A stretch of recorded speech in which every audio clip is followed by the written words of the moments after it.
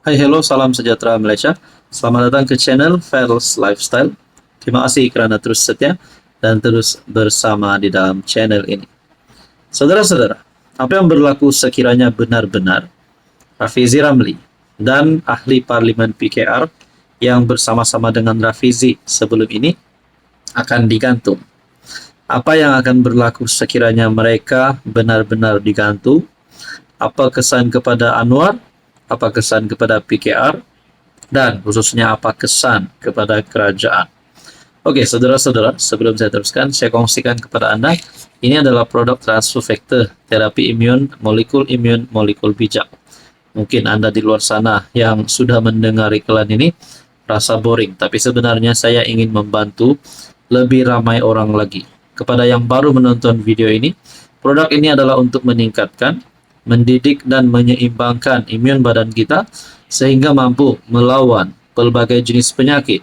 Contohnya kencing manis, kolesterol, darah tinggi, gastrik, gout, penyakit melibatkan hati, jantung, dan perut. Semuanya memerlukan sistem imun badan yang kuat untuk melawan pelbagai jenis penyakit. Sekiranya Anda berminat dan memerlukan produk ini, Anda boleh menghubungi saya di nomor yang tertera. Produk ini lulus KKM dan juga lulus hospital. Saudara-saudara, Rafizi Ramli membuat pengakuan. Gantung kami tak selesai masalah, kata Rafizi. Rafizi Ramli berkata, tindakan itu hanya akan menyebabkan PKR tinggal 22 kursi, berbanding di EP 40, Barisan Nasional 30, dan GPS 23. Rafizi berkata, tindakan menggantungnya dan 8 ahli parlimen PKR yang mendesak penubuhan RCI berhubung isu badan kehakiman hanya akan memperlihatkan tiada ruang demokrasi dalam parti itu. Malah, bekas timbalan Presiden PKR berkata, tindakan itu hanya akan menyebabkan PKR tinggal 22 kursi berbanding di EP 40, Barisan Nasional 30, dan GPS 23. Menggantung kami tidak menyelesaikan masalah, kerana kami dibayar gaji oleh rakyat untuk bersuara. Jadi kami akan terus bersuara. Jadi keputusannya adalah, adakah Anwar Ibrahim sebagai Presiden PKR, sebagai pengurus PH dan juga Perdana Menteri Malaysia, berani bertindak untuk menggantung Rafizi dan 8 ahli parlimen PKR yang lain yang memang menyokong kerajaan? Menggantung kami memberi gambaran tidak ada ruang demokrasi dalam PKR. Lebih-lebih lagi apabila ada ahli parlimen seperti Hasan Karim yang lebih teruk mengkritik PM sebelum ini, tetapi tidak ada tindakan pun, katanya di Facebook. Pada 7 Julai, Rafizi bersama 8 MP PKR tampil dalam sidang media mendesak kerajaan menubuhkan RCI serta jawatan kuasa pilihan khas parlimen berkaitan pelantikan kehakiman. Susulan itu 19 ketua cabang PKR Johor dan 11 ketua cabang PKR Kedah turut menggesa siasatan tata tertib dilakukan dan keahlian 9 MP terbabit digantung sementara. Jadi tak tahulah siapa yang takut sekarang. Adakah Rafizi ini sekadar geretak, takut nak digantung, ataupun nak jaga lapan. Hai, hello, salam sejahtera Malaysia. Selamat datang ke channel Fairls Lifestyle. Terima kasih kerana terus setia dan terus bersama di dalam channel ini. Saudara-saudara yang saya amat hormati, mungkin kita sudah mendengar sebelum ini Rafizi dipelawa ataupun diberikan cadangan untuk menyertai himpunan turun Anwar. Sekiranya mahu ahli parlimen PAS menyokong beliau berkaitan dengan isu yang dibawa oleh Rafizi semasa sidang media bersama dengan ahli parlimen PKR yang lain.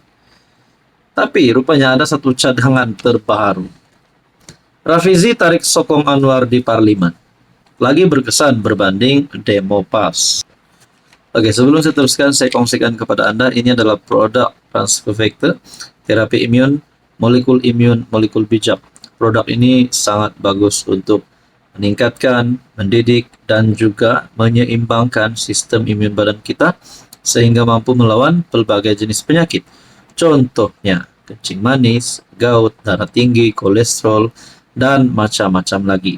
Sekiranya Anda berminat dan antara yang memerlukan produk ini, Anda boleh menghubungi saya di nomor yang tertera.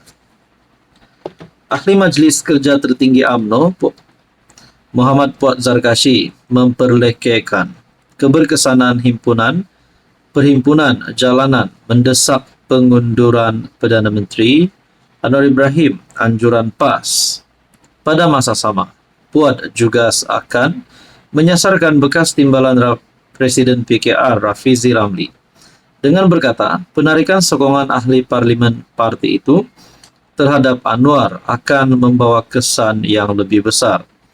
Bekas pengarah komunikasi strategik Jabatan Hal Ehwal Khas Jasa itu menyifatkan demonstrasi jalanan sebagai candu kepada PAS dan mencadangkan bahwa tindakan tersebut tidak memberi sebarang kesan sebenar. PAS menjangkakan 300.000 orang akan menghadiri demonstrasi turun Anwar pada 26 Julai. Saya yakin ia boleh dicapai kerana demonstrasi adalah candu kepada orang PAS. Mereka suka berdemonstrasi. Lagipun ahli PAS fanatik dan taksub kepada arahan parti.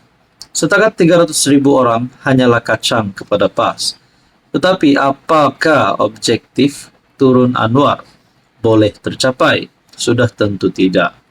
Adalah lebih berkesan jika Rafizi dan geng 10 tarik sokongan terhadap Anwar. Impaknya lebih besar jika mereka bawa usul undi percaya di parlimen berbanding demonstrasi 300.000 orang ahli PAS. Katanya ini kerana PAS sendiri tidak akan berani membawa usul undi tidak percaya ke parlimen, dan sekiranya mereka berbuat demikian, sekalipun UMNO tidak akan menyokongnya. UMNO sudah pasti tidak akan menyokongnya. UMNO komited mempertahankan kerajaan sedia ada demi rakyat dan kestabilan negara. Justru demonstrasi turun Anwar 26 Julai hanya tunjuk kekuatan PAS. Impaknya kecil apatah lagi jika tiada penyertaan civil society yang menyeluruh, kata Fuad lagi. Nah, pada Isnin lalu, Ketua Pemuda BN Afnan Hamimi dilaporkan berkata, gabungan pembangkang kini menyasarkan kehadiran seramai 300.000 orang untuk menyertai perhimpunan itu, meningkat daripada sasaran asal seramai 50.000 orang. Hai, hello, salam sejahtera Malaysia. Selamat datang ke channel Fels Lifestyle. Terima kasih kerana terus setia dan terus bersama di dalam channel ini. Saudara-saudara, antara pertanyaan 30 juta rakyat Malaysia, antara pertanyaan paling utama kerana ini telah menjadi isu.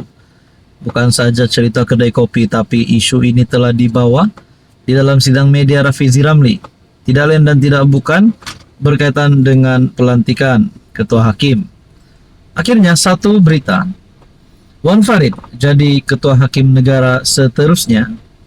Timbul spekulasi dalam kalangan pengamal undang-undang bahawa Hakim Mahkamah Rayuan Wan Ahmad Farid Wan Saleh merupakan antara calon untuk menjadi Ketua Hakim seterusnya.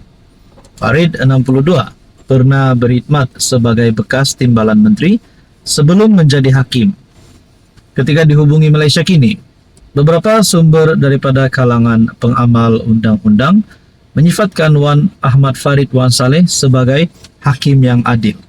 Okey, sebelum kita teruskan kepada isu kita yang panas, saya nak kongsi kepada anda satu berita baik.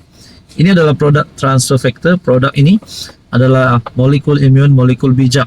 Produk ini bagus untuk meningkatkan imun badan. Produk ini adalah untuk mendidik imun badan kita menjadi bijaksana untuk melawan pelbagai jenis penyakit daripada dalam. Contohnya gout, kencing manis, darah tinggi, kolesterol, penyakit melibatkan hati, jantung, perut, dan macam-macam lagi. Sekiranya anda berminat berkaitan dengan produk ini, anda boleh menghubungi saya di nombor yang tertera.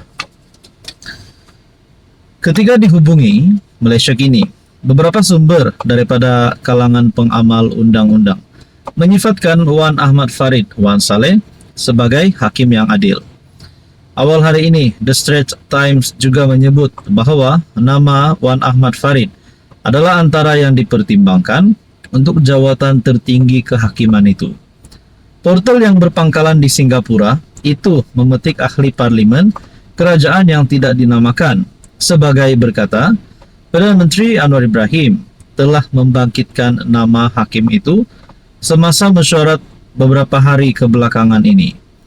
Seorang peguam kanan juga dipetik sebagai berkata, ya, nama itu telah dibangkitkan, dan pengamal undang-undang akan lebih selesa dengan seseorang yang mempunyai pengalaman seperti dia walaupun bukan di Mahkamah Persekutuan.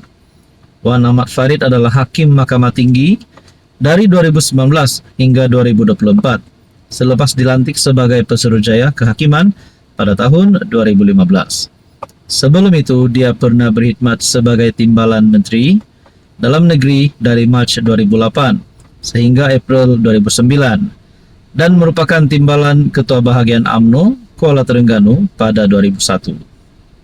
Sebagai bekas Hakim Mahkamah Tinggi, Wan Ahmad Farid telah membuat beberapa keputusan yang mencuri tumpuan, termasuk dia menarik diri daripada mempengerusikan permohonan untuk membenarkan QC dari United Kingdom bertindak bagi bekas PM Najib Razak dalam rayuan kes rasuah SRC International bernilai RM 42 juta.